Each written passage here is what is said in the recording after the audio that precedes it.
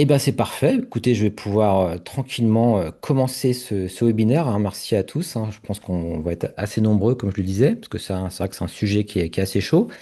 C'est ce que je disais à Gaël, en fait. J'en ai profité. Alors, j'avais fait une présentation dans le cadre du groupe IMT, parce qu'on fait les jeudis de l'IA à IMT.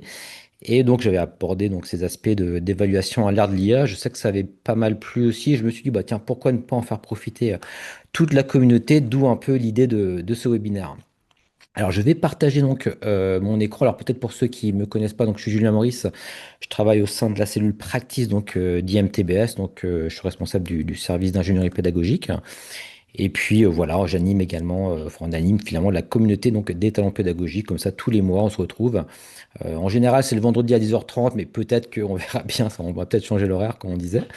Et puis voilà, on échange sur des sujets divers et variés. Et puis, alors tout le monde vous êtes les bienvenus à présenter également. C'est pas que IMT pour le coup, c'est vraiment ouvert à tous les établissements.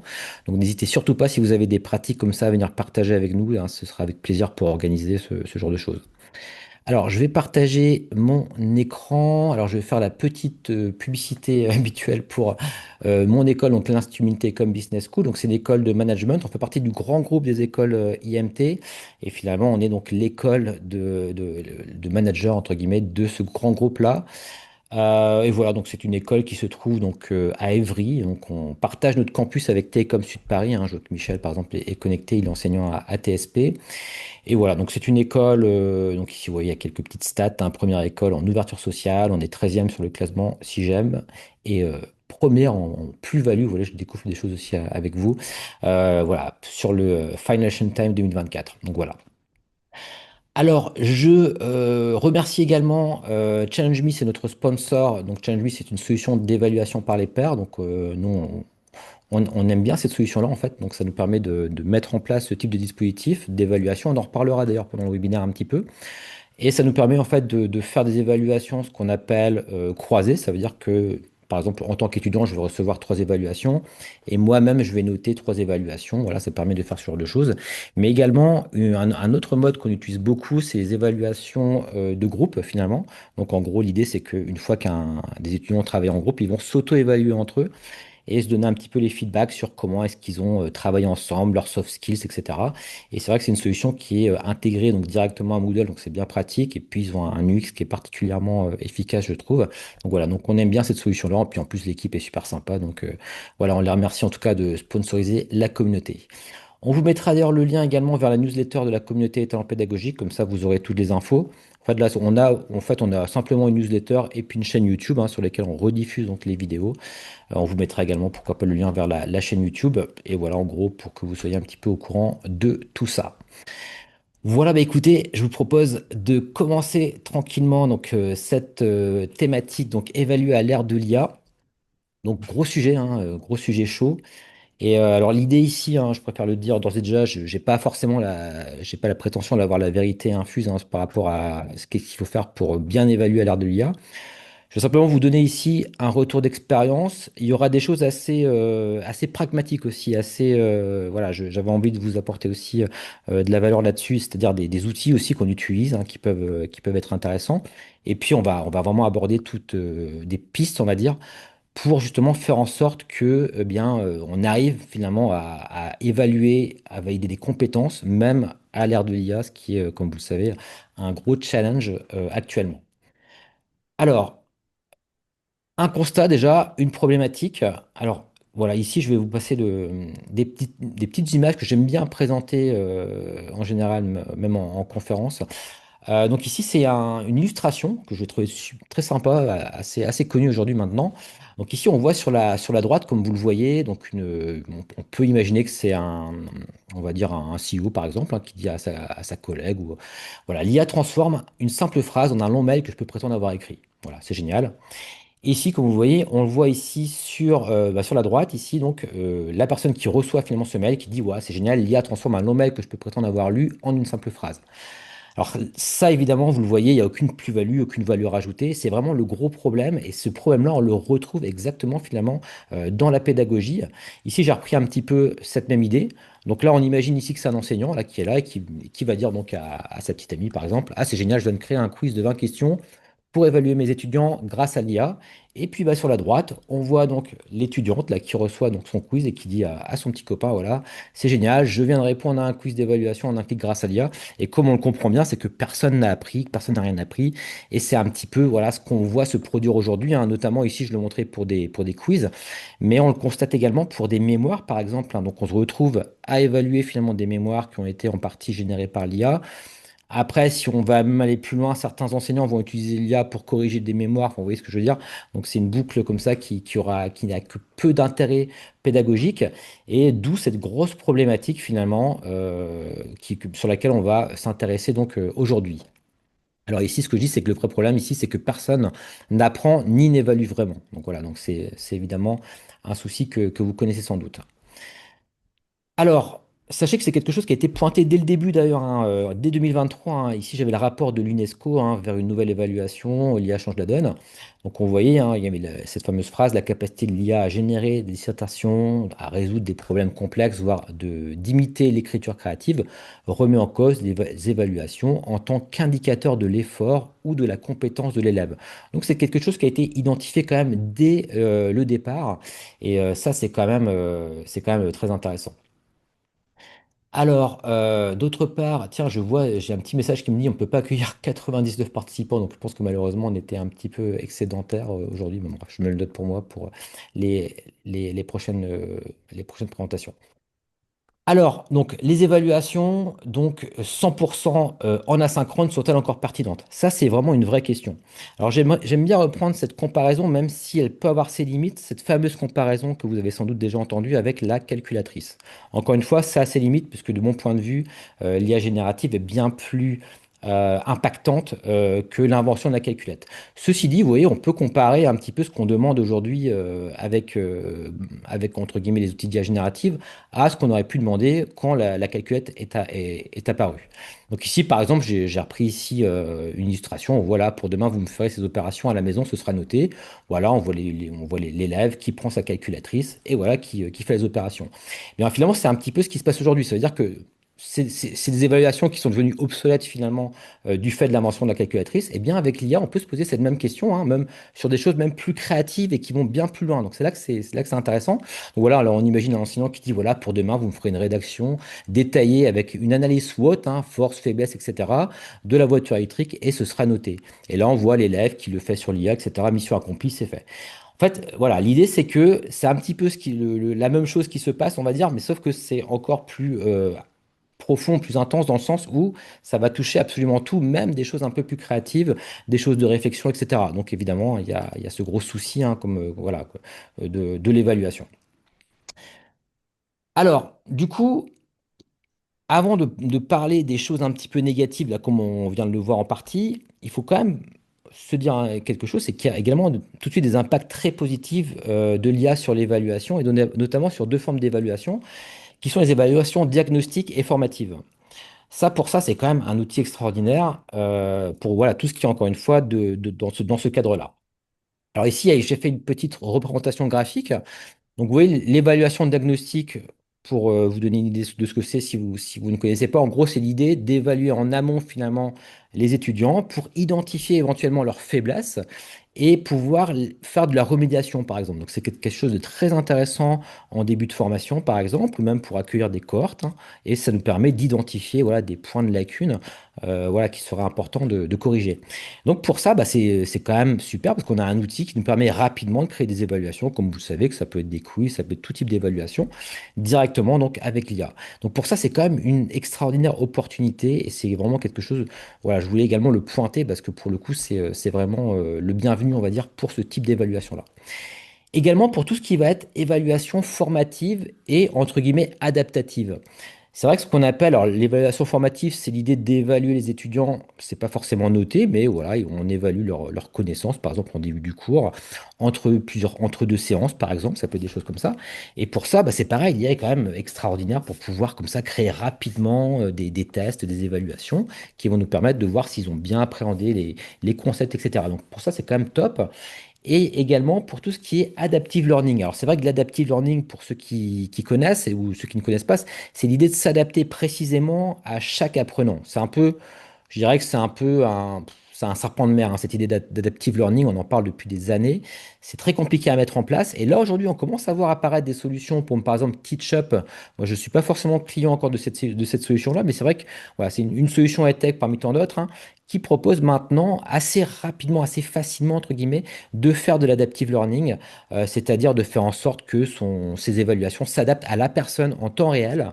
Et là, c'est vraiment également une belle opportunité pour ce type d'évaluation. Encore une fois, là, il n'y a pas forcément de notes, hein, on est vraiment dans de l'apprentissage.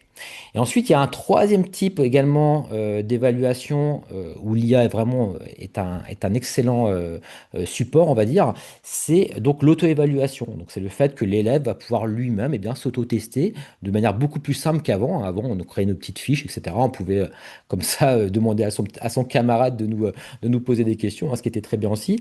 Mais là, quand même, ce qui est super aujourd'hui, c'est qu'on va pouvoir, avec des outils comme Notebook LM, je trouve qu'il est assez fantastique, hein, encore une fois, avec des données entre guillemets qui ne sont pas privées, eh bien, pouvoir créer comme ça, pouvoir apprendre assez facilement, créer des fiches de révision, créer des vidéos, etc.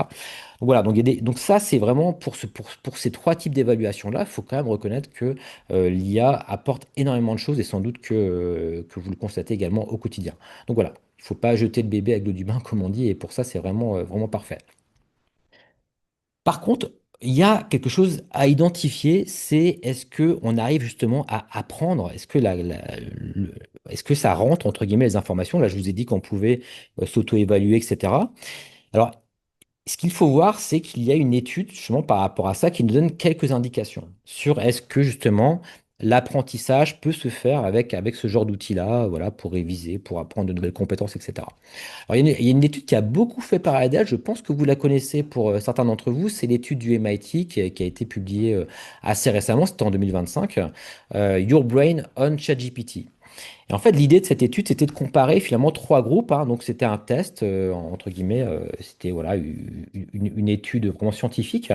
Il y avait trois groupes. Il y avait un groupe qui devait utiliser donc obligatoirement l'IA générative. En l'occurrence, c'était ChatGPT. Il y avait un autre groupe qui devait utiliser uniquement, il pouvait utiliser donc des moteurs de recherche. Mais c'est un petit peu, pardon, un petit peu les moteurs de recherche traditionnels en quelque sorte. Et enfin, le troisième groupe, donc Brain Only, quant à lui, eh bien, il utilisait simplement son cerveau, entre guillemets, pour faire l'exercice. Et l'exercice, c'était quoi? Eh bien, c'était de rédiger finalement un essai, rédiger une rédaction, hein, assez classique. Voilà, avec, encore une fois, soit l'IA générative, soit uniquement un moteur de recherche, ou soit bah, uniquement avec ses connaissances. Et ce qu'on a remarqué finalement, une fois que l'étude a été faite, donc évidemment, on leur a pas, voilà, ils ne savaient pas exactement dans quel but on leur demandait ces choses-là, c'est qu'on a analysé donc déjà le cerveau, entre guillemets, avec un électroencéphalogramme en quelque sorte, pour voir justement les connexions, on va dire, des neurones, voilà, si les zones du cerveau s'activaient. Alors, ce qu'on remarque ici, c'est que, eh bien, déjà, le groupe cerveau uniquement, eh bien, avait plus, on va dire, de connexions qui se faisaient. Et puis, bah, celui qui avait on va dire, où le cerveau était le moins en activité, c'était le groupe LLM. Voilà. Donc ça, c'est quelque chose, c'est déjà un premier élément. Donc, voilà, il y a moins, on va dire, d'activité cérébrale lorsqu'on utilise une IA générative, en tout cas dans cette étude-là. Ensuite, ce qu'on a remarqué, parce que ce qui a été intéressant, c'est qu'à la fin de l'étude, ils ont demandé donc aux étudiants s'ils pouvaient citer finalement quelque chose qu'ils avaient écrit. Encore une fois, ils n'étaient pas prévenus à l'avance, hein, on leur a dit ça à la fin de l'étude. Et là, ce qu'on a constaté, c'est que finalement, les personnes qui avaient utilisé le LLM étaient incapables de faire une citation correcte, entre guillemets, de quelque chose qu'ils avaient écrit dans le cadre de ce travail. Donc ça pose question, évidemment. Donc on voit que l'étude, bah, d'ailleurs, Brain Only, ils arrivaient à citer des choses, également moteur de recherche. Mais là, voilà, on est face à ce problème, entre guillemets, qui a été identifié dans le cadre de cette étude. Donc c'est quelque chose qui est quand même intéressant et c'est vraiment une étude qui a fait beaucoup parler d'elle. Alors, ceci dit, euh, je voulais quand même montrer quelques limites par rapport à cette étude-là, hein. Je trouve que ça met en avant quelque chose de particulièrement intéressant. Par contre, ce qu'il faut constater, c'est que c'était sur un échantillon relativement faible, hein, donc 60 participants. L'évaluation, elle a duré 45 minutes. Donc, la nature de la tâche était simplement ici d'écrire du texte, hein. On n'a pas évalué d'autres tâches.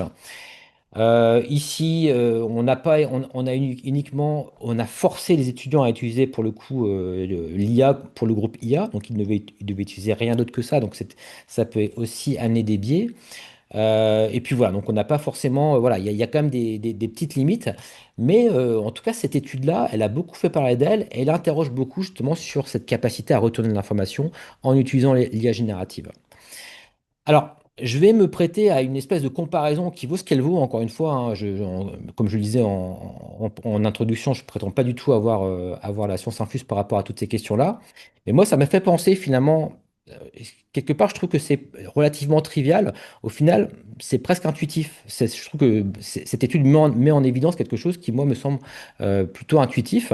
Mais c'est quand même très bien de pouvoir le graver, entre guillemets, et puis le prouver. Bah, c'est par exemple cet effet, un petit peu l'effet quand on est avec un GPS, ça m'a fait un petit peu penser à ça, quand moi je conduis souvent avec un GPS. Bah, c'est vrai que si on me demandait, quand je fais un trajet comme ça en GPS, admettons, si je me rappelais, bah tiens, où était la petite boulangerie du coin, ou etc., le rond-point, etc., je pense que je me rappellerais beaucoup moins de choses que quelqu'un qui ferait le même trajet, par exemple sans GPS. Enfin, vous voyez un petit peu la correspondance. Et je pense qu'effectivement, on va mettre notre cerveau un petit peu en veille sur des tas d'éléments. Et évidemment, ben, par rapport à l'apprentissage, vu que, entre guillemets, quand on va d'un point A à un point B, notre but, c'est pas de retenir forcément le trajet, donc c'est pas notre objectif. Mais dans le cadre de la pédagogie, eh bien, ça peut être notre objectif de vouloir faire en sorte que les gens apprennent quelque chose et conservent quelque chose. Donc c'est très bien d'en avoir conscience, mais c'est vrai que ça m'a fait penser un petit peu voilà, ce qu'on vit au quotidien avec les outils du numérique en général. En tout cas, étude très intéressante que je voulais vous mentionner ici. Alors, maintenant, tout ceci étant dit, je voulais vous parler d'un autre sujet, hein. C'était le focus sur la notion, justement, par rapport à l'évaluation en tant que telle, sur la notion de plagiat et de triche. Là, c'est pareil, il y a beaucoup de questions qui se posent. Alors déjà, est-ce qu'on peut identifier et sanctionner l'usage de l'IA générative? Alors là, ce qu'il faut savoir, et ça c'est vraiment quelque chose de très important, c'est que finalement, c'est pas du tout du plagiat, enfin c'est vraiment différent que le plagiat habituel. Vous savez, on utilise des outils comme Turnitin, Compilatio dans les écoles et universités. Effectivement, le but de ces outils-là, c'est d'aller repérer s'il y a des citations, des traces, etc., qui ont été récupérées sans avoir été citées correctement. Et là, on peut effectivement parler de plagiat. Avec l'IA générative, c'est différent. En fait, ce qui se passe, c'est que l'IA, donc c'est un outil prédictif, donc il va prédire le mot qui suit, entre guillemets. Donc vous aurez très rarement, enfin ça va être exceptionnel que l'IA vous génère vraiment quelque chose qui existe déjà sur le web. Ce sera jamais exprimé de la même façon, etc. Ça va vraiment différer par rapport à, je dirais, un plagiat classique. Donc ça, c'est un point essentiel à comprendre. C'est qu'en fait, l'IA générative, enfin, quand on entraîne les modèles, en fait, ce qu'on fait, c'est qu'on va vectoriser, je rentre pas dans des détails trop techniques, mais avec ce qu'on appelle l'embedding, on appelle ça l'embedding, on va vectoriser finalement l'information, c'est-à-dire on va découper l'information en petites portions, entre guillemets, et on va la positionner dans l'espace. Et c'est comme ça que l'IA arrive à faire des correspondances spatiales, on va dire, en utilisant les mathématiques, etc. Je rentre pas encore une fois dans trop de détails. Mais cette manière de faire fait qu'en fin de compte, ce n'est pas, en fait, on ne donne pas notre document. Elle va pas recracher notre document en tant que tel. Donc ça, c'est quelque chose dont il faut avoir conscience. Donc il n'y a pas de plagiat tel qu'on peut le connaître. Donc ça, c'est une première chose. On pourrait demander à l'IA de nous citer une phrase exacte, ça pourrait se faire, mais il faudrait vraiment le mettre dans le prompt. Retrouve-moi dans le document cette phrase-là, cite-la moi. Là, ok, là, ça fonctionne. Mais de manière classique, si on demande à générer un texte, elle va pas forcément recopier des choses qui existent déjà. Donc ça, il faut en avoir conscience.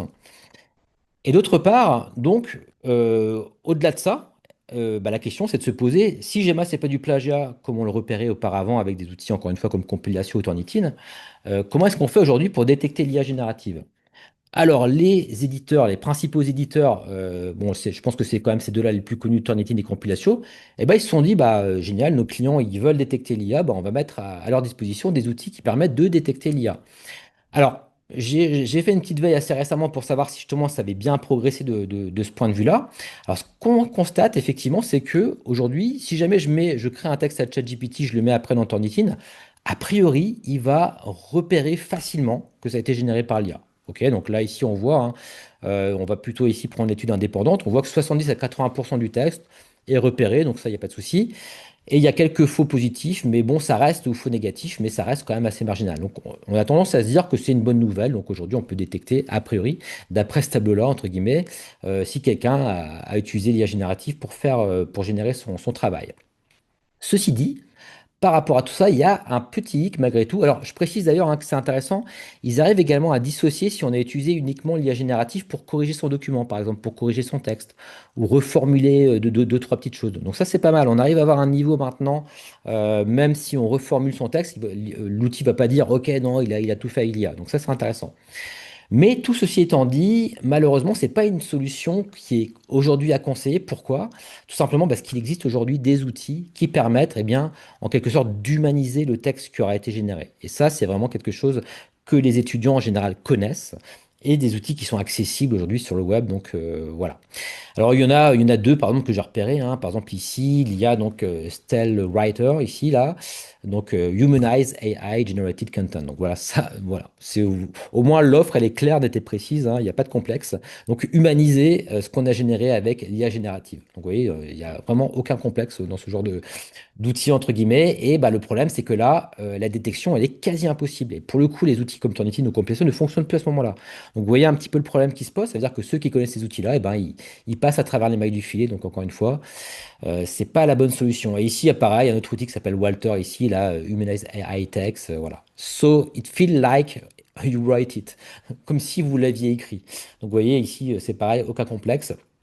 Et donc ça, évidemment, ça pose de gros soucis. Encore une fois, malheureusement, là, on n'a pas de solution miracle pour justement pouvoir identifier cela. Donc voilà.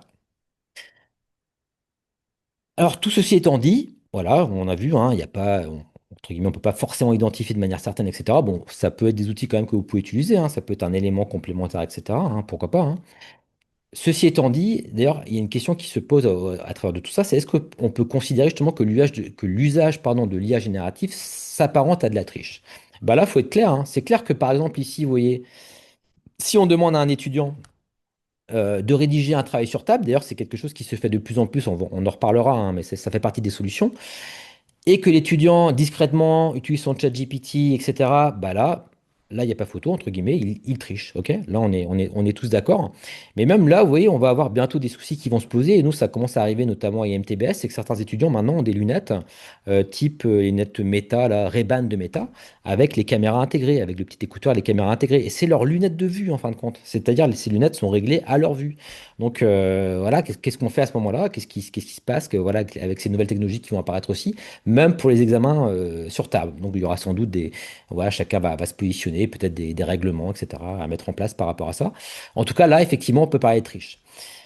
Après, si c'est dans le contexte de création, d'utilisation dans le cadre d'un projet, etc., voilà, pour par exemple faire un projet d'entreprise, développer quelque chose, etc., et ben là, dans ce cas-là, évidemment, on encourage, entre guillemets, de mon point de vue, il vaut plutôt se dire que de toute façon, ils vont utiliser l'outil et qu'il va falloir qu'ils s'approprient cet outil-là pour justement faire quelque chose d'encore mieux. Et ça, on va en reparler juste après.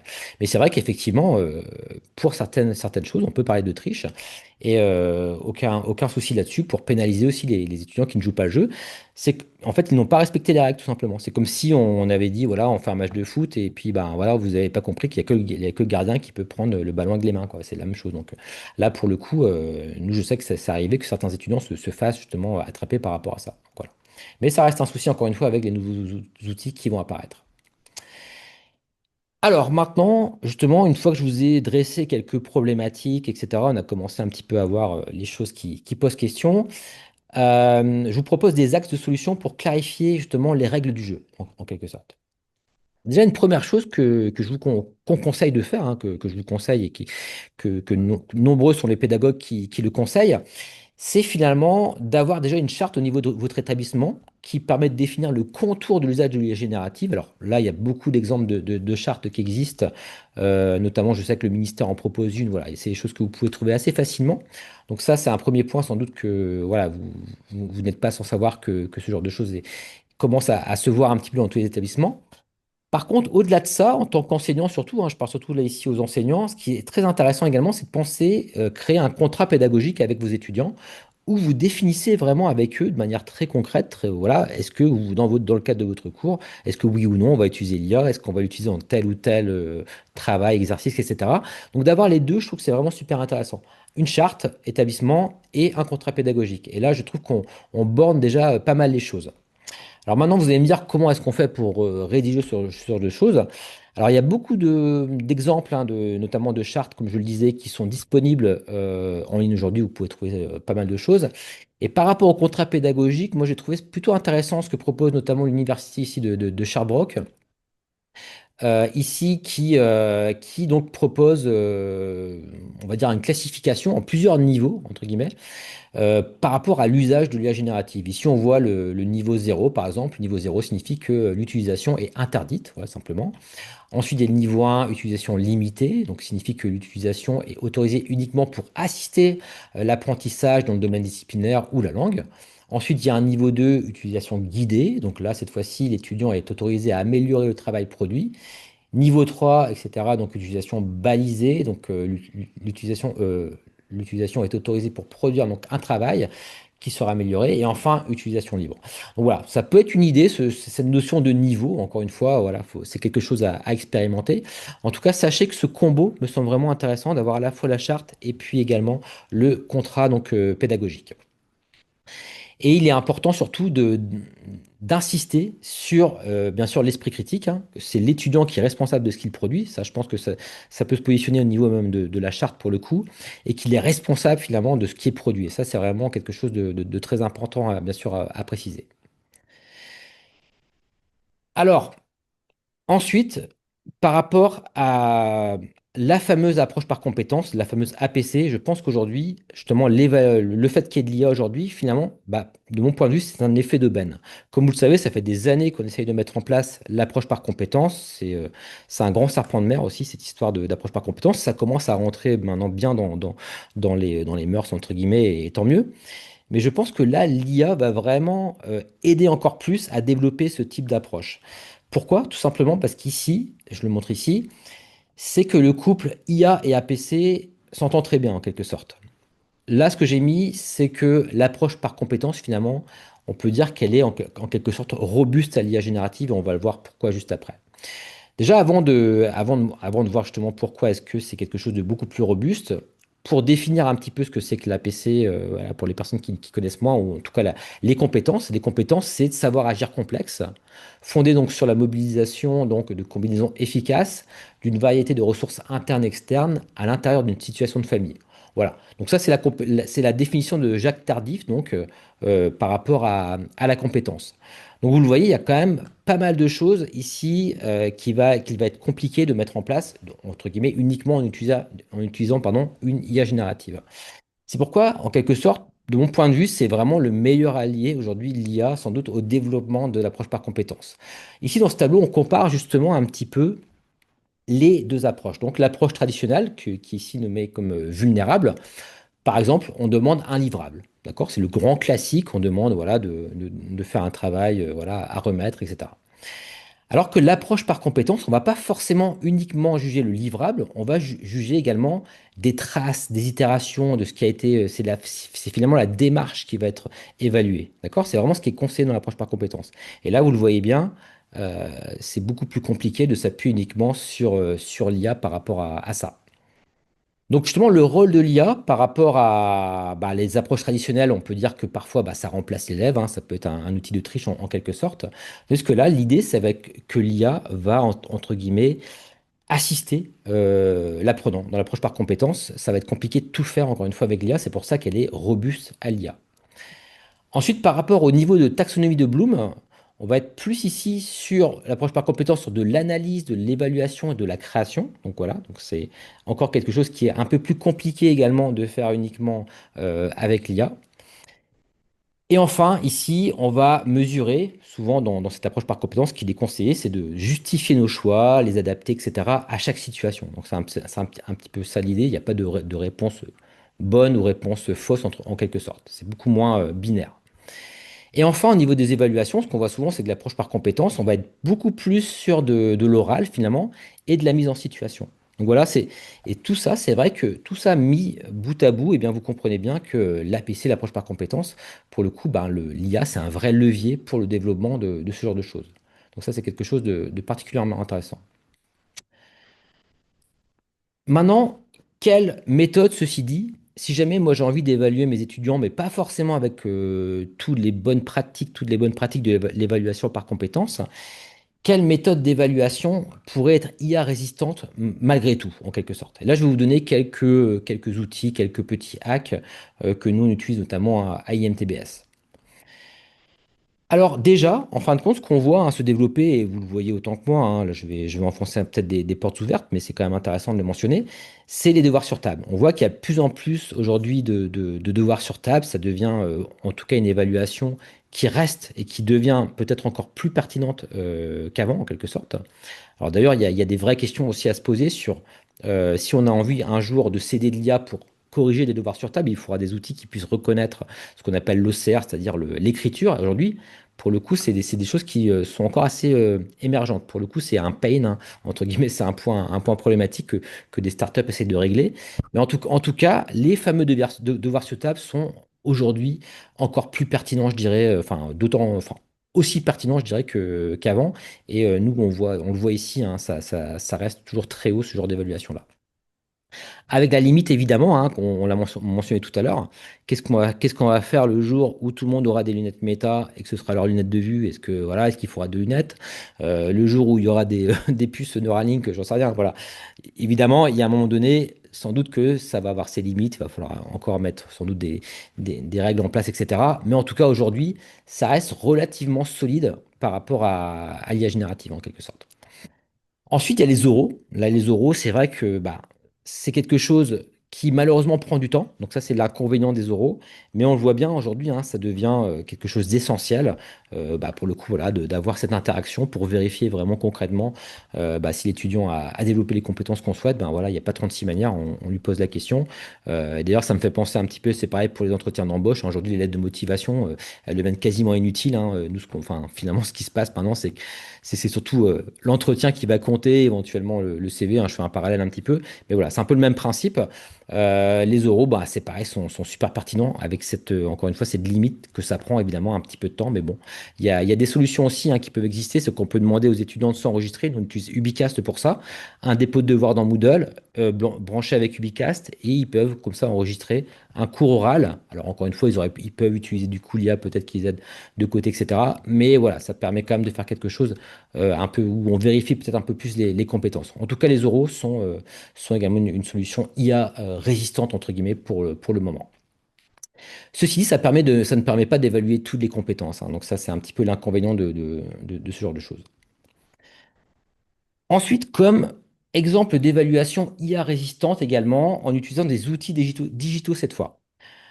Alors, si jamais vous voulez continuer à évaluer par QCM, je sais que ça reste une modalité d'évaluation qui est encore possible, hein. Je sais que nous, on le limite à 20% de nos notes finales, entre guillemets, mais on peut toujours faire des évaluations par QCM.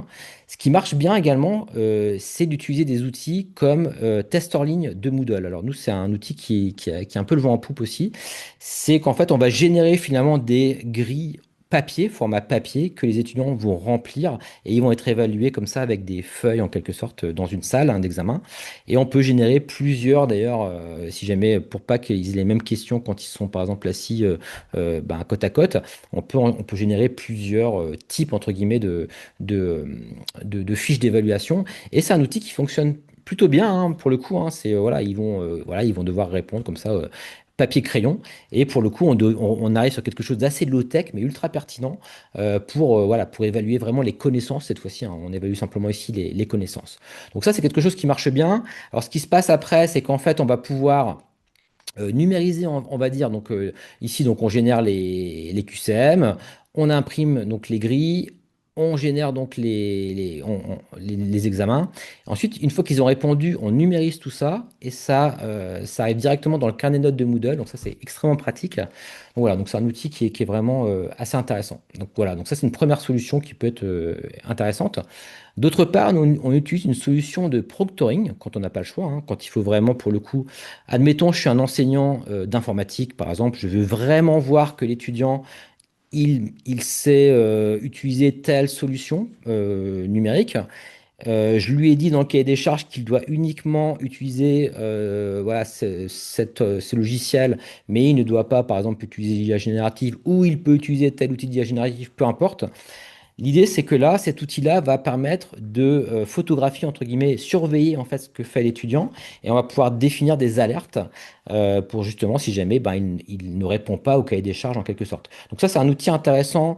Mais alors, l'inconvénient, c'est qu'il s'installe sur le poste des étudiants. On doit installer ici un logiciel en l'occurrence. Et bah, voilà, il faut, voilà, il y a ce côté un peu logistique, hein, il faut que les étudiants l'installent, il faut qu'on leur explique comment ça marche, les règles du jeu, etc. Mais nous, je sais que ça fonctionne bien, notamment pour les évaluations à distance, mais pas seulement. On peut également faire pour des évaluations en présentiel. Encore une fois, quand on n'a pas le choix et qu'on veut vraiment surveiller, entre guillemets, bah, les logiciels sur lesquels ils vont, parce que bah, on a envie de développer cette compétence. Et de toute façon, ça peut pas se faire ailleurs que sur un ordinateur, par exemple. Et bien, dans ces cas-là, Safe Exam Browser, c'est une bonne solution. C'est européen d'ailleurs. D'ailleurs, je dis Safe Exam Browser, mais nous, on utilise surtout Small, hein. En fait, c'est une solution payante, Small. Safe Exam Browser est gratuite comme solution et Small est payant. On utilise surtout Small parce qu'il permet vraiment de surveiller tout ce qui se passe sans forcément bloquer. Et il y a des rapports vraiment qui sont faits un petit peu sur mesure. Mais sachez que vous pouvez également utiliser Safe Exam Browser qui bloque finalement l'écran de l'étudiant à l'endroit où on le souhaite, par exemple notamment sur des tests Moodle ou autres, hein.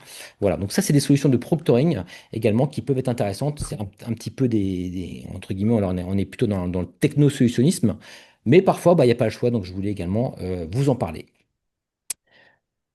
Alors ensuite, qu'est-ce qui est intéressant de faire? Ben, moi, souvent, vous voyez, je compare un peu l'évaluation à l'alimentation. Je pense comme on mange pas que des pâtes et du chocolat, et ben, c'est pareil. Je pense que l'évaluation, l'idée, bah, c'est de varier les méthodes d'évaluation qu'on va mettre en place.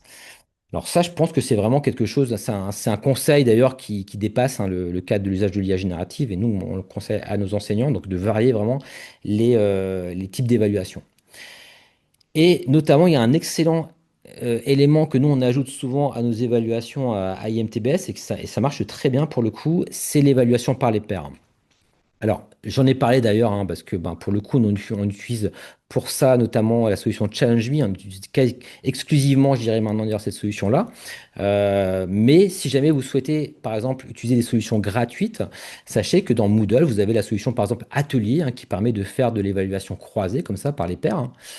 Et également, d'ailleurs, j'ai mis à jour cela aujourd'hui. Il y a une solution qui s'appelle Peer Work qui permet de faire de l'évaluation intra-groupe. Donc ça, c'est intéressant, hein, c'est ce que je vous expliquais tout à l'heure.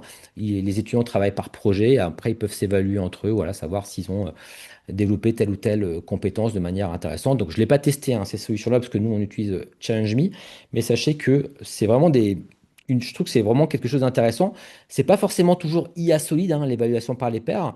Mais je trouve que ça peut permettre de faire varier les méthodes d'évaluation.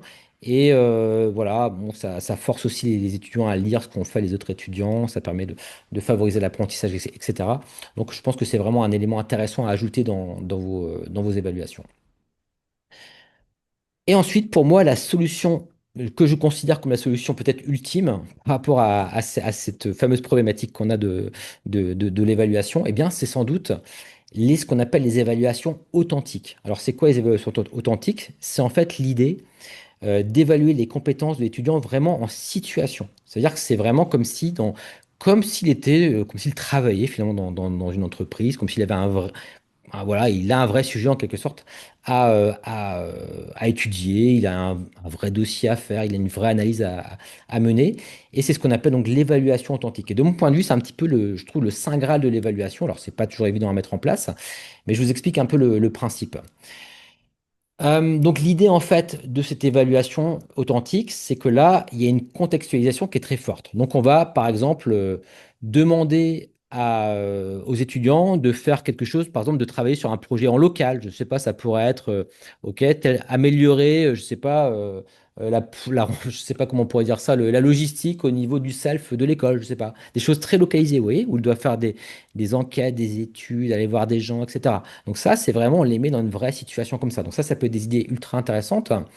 Euh, on va combiner également dans ce type d'évaluation à la fois l'écrit, l'oral, les travaux de groupe, le passage à l'action. Donc on peut leur demander des productions. Et puis là, dans ces cas-là, eh bien, l'IA va être un aide, ça va être simplement un outil qu'ils vont utiliser, parce que de toute façon, ils vont pas, c'est pas l'IA qui va aller interroger monsieur, madame Tartampion à leur place. Il pourrait générer des faux, on va me dire, hein, il pourrait générer des fausses interviews, etc. Pourquoi pas? Après, il y a toujours moyen de biaiser, mais en quelque sorte, on pourrait éventuellement vérifier ce genre de choses. Donc voilà, donc l'évaluation authentique, c'est vraiment des problèmes du monde réel, encore une fois, comme je le dis là. Donc c'est mal structuré, et puis voilà, ça nécessite, ben, pour le coup, de connaître le contexte. Et ça, pour le coup, de mon point de vue, je pense que c'est vraiment l'évaluation IA résistante enfin, avec un grand résistante entre guillemets. De mon point de vue, c'est vraiment le type d'évaluation le plus intéressant à mettre en place. Alors, par exemple, je prends un exemple classique. Admettons, avant, on pouvait demander dans certains projets la consigne, eh bien, réalisez, vous devez rédiger un cahier des charges complet, admettons, de 20 pages sur une application mobile innovante permettant de résoudre un problème. Bah là, vous voyez, si je garde cette même demande aujourd'hui en 2026, le problème, c'est que ben, le LLM, ici je le note, hein, peut inventer un problème, une solution, rédiger un cahier des charges, créer des user stories, il peut tout faire. Là, pour le coup, c'est pas du tout IA résistant, ce genre de choses. D'accord? Donc ça, c'est avant. Donc, et ce qui se passe, c'est que l'étudiant se retrouve, l'enseignant, pardon, se retrouve à corriger des tas de dossiers, de documents finaux, sans savoir vraiment qui l'a écrit, hein. Et puis en général, ça va être généré par l'IA. Donc ça, c'est avant. Maintenant, aujourd'hui, admettons, là, si je veux maintenant que ce soit une évaluation authentique, un petit peu sur cette même thématique, sur ce même thématique de cours, hein, qui pourrait être l'innovation, des choses comme ça. Là, ma consigne, ça pourrait être en équipe, identifier les points de friction réels vécus par les usagers de la bibliothèque, le campus, l'entreprise Intel, etc. Ok? Concevez une solution numérique, prototypez-la et prouvez sa pertinence sur le terrain. Là, aujourd'hui, on peut leur demander, justement, c'est ça l'intéressant, c'est qu'on peut leur demander d'aller plus loin. C'est-à-dire qu'au lieu de leur demander simplement un cahier des charges, eh ben aujourd'hui, je peux leur dire, moi, j'ai envie de voir l'application, j'ai envie que vous la créez, l'application. Ok? On peut leur demander d'aller plus loin. Et ça, ça, c'est vraiment intéressant.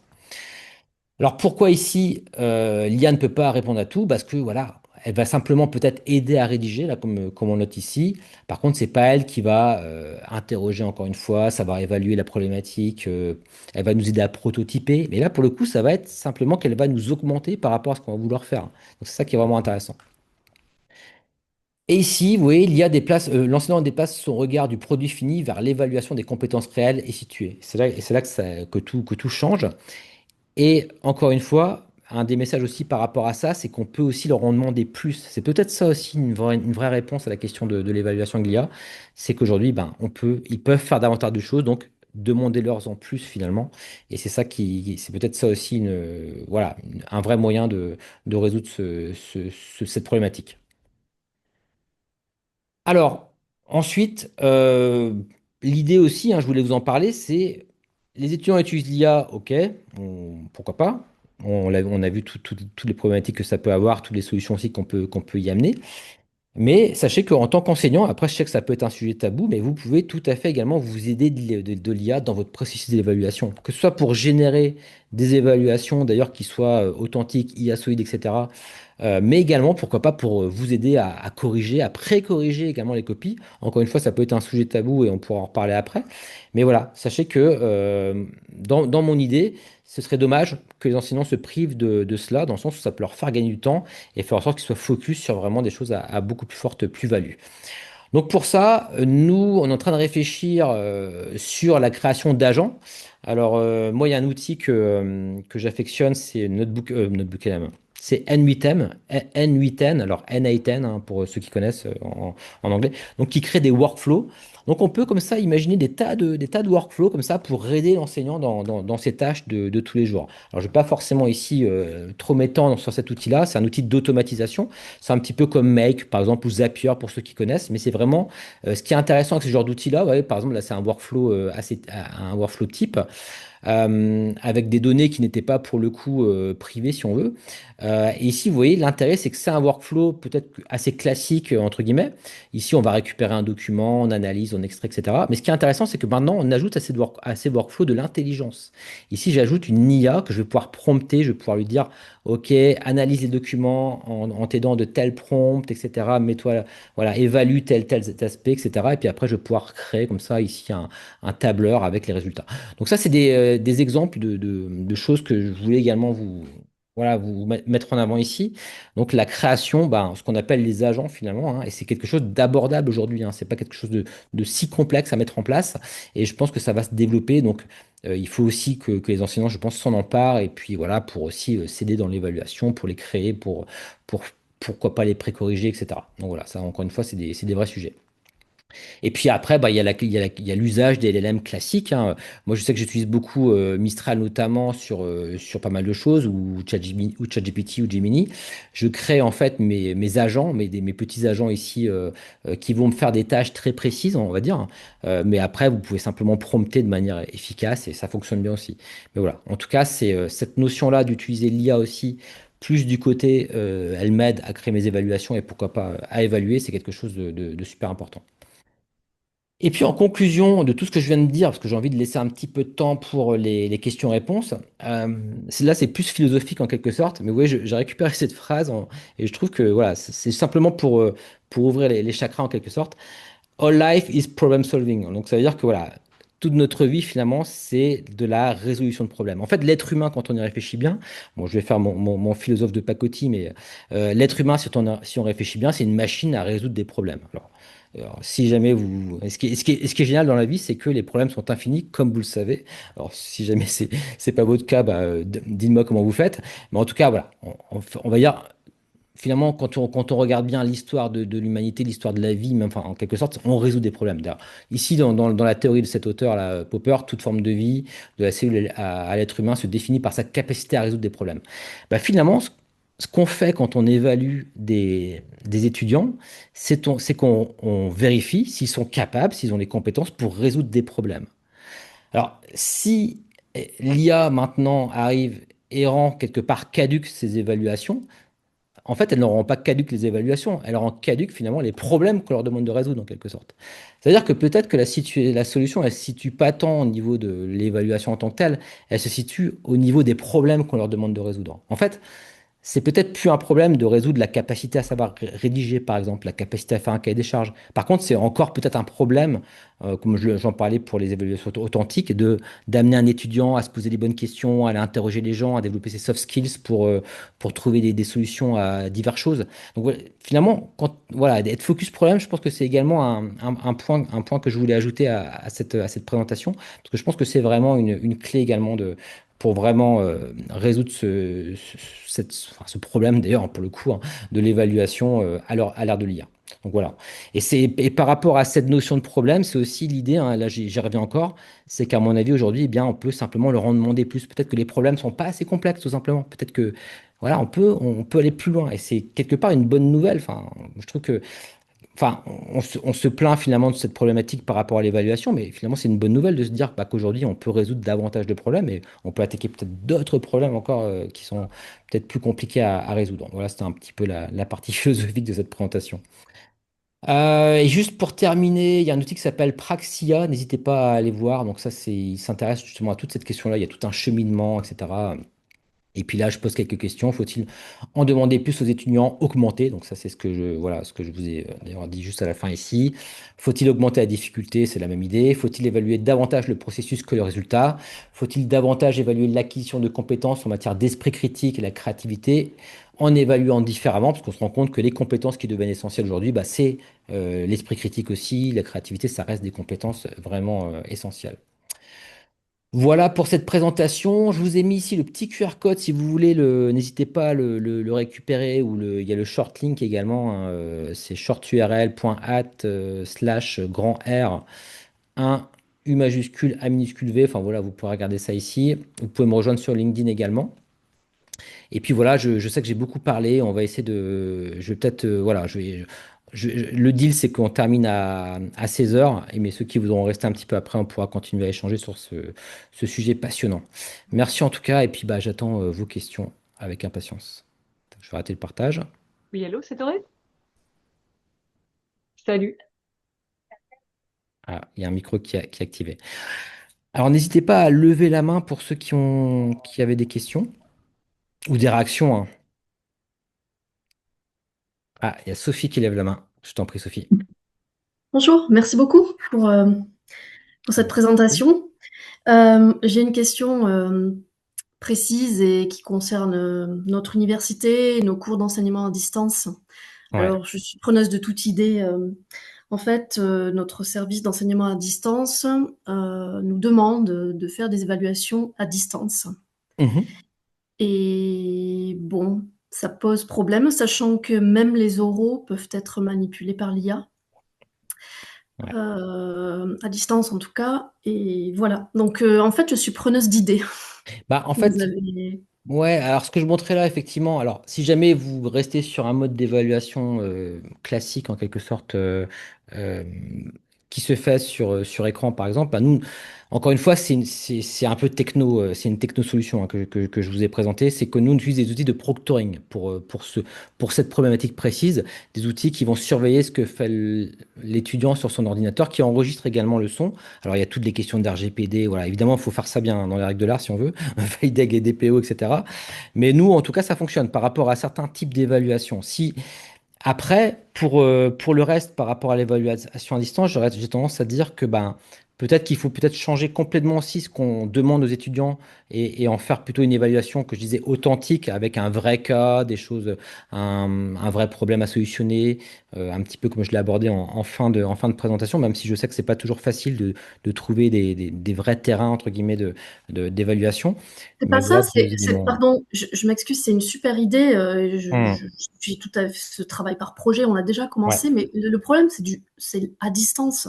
ouais. Ce travail par projet à distance qui doit être suivi de manière régulière en travaillant sur des compétences différentes, c'est juste impossible, hein. Il va bien falloir à un moment donné leur demander quelque chose qui sera de toute façon fourni à distance et sur lequel on n'aura pas la main, ou on ne pourra pas voir si finalement le processus a été fait et si le résultat final, qui soit un écrit, soit un oral, hein, n'a pas été manipulé par l'IA.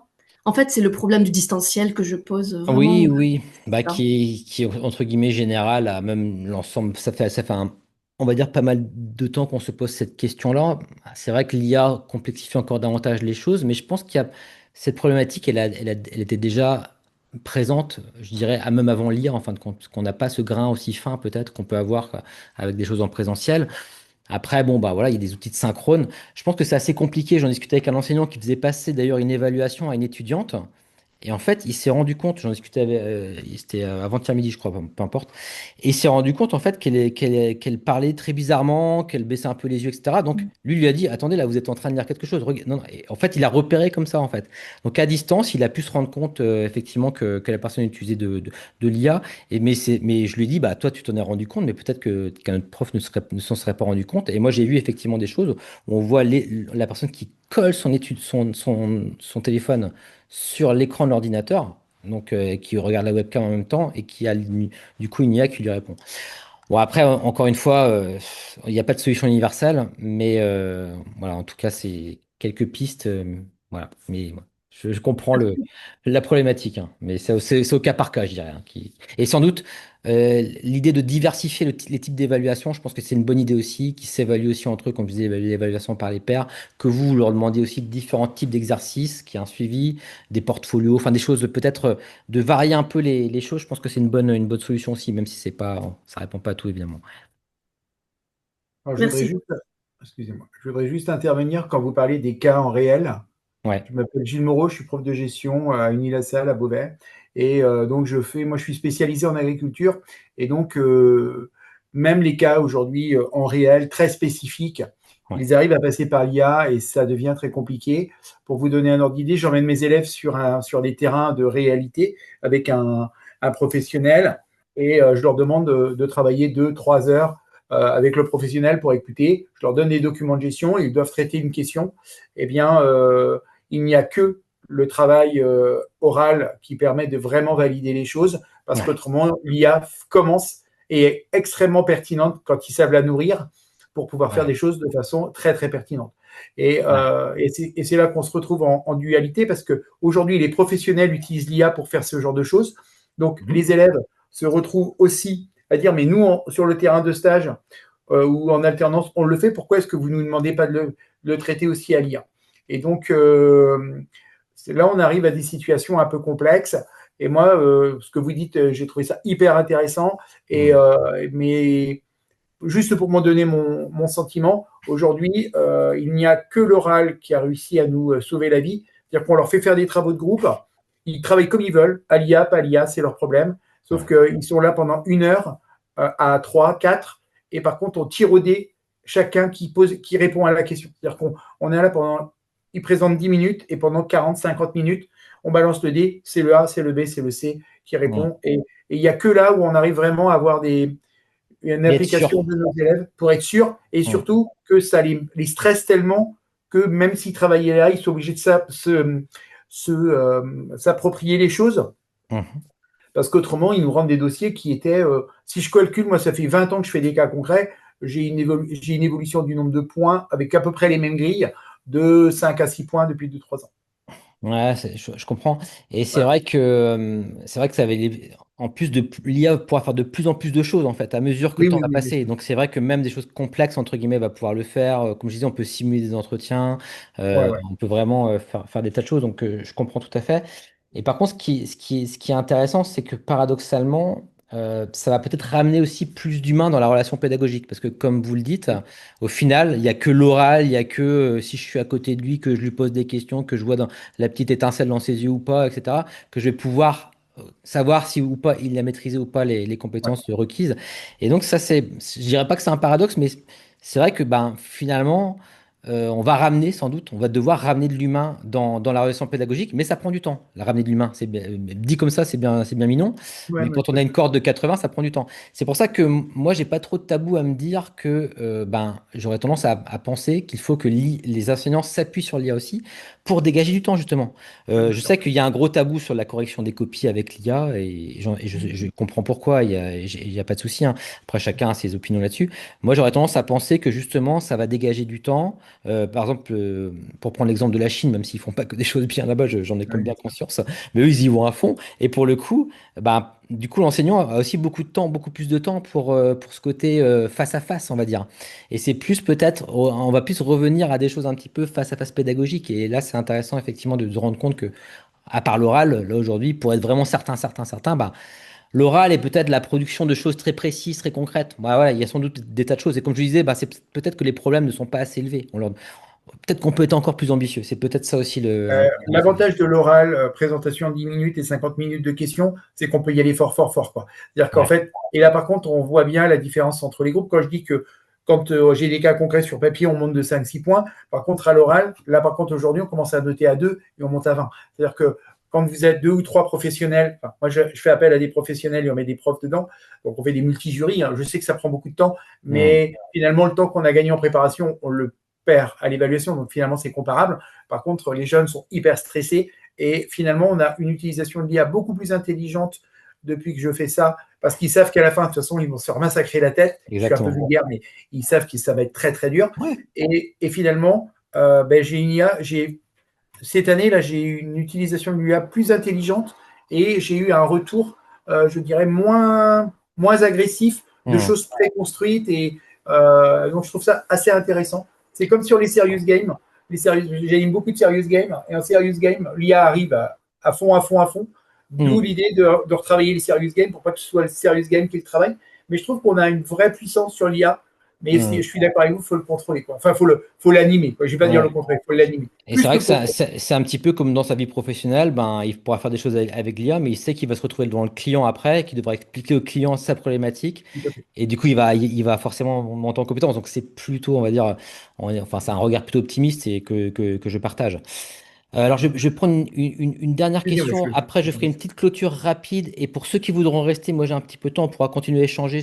On arrêtera l'enregistrement. Et voilà, c'est juste, je préfère le préciser. Donc, n'hésitez pas pour la personne qui veut intervenir.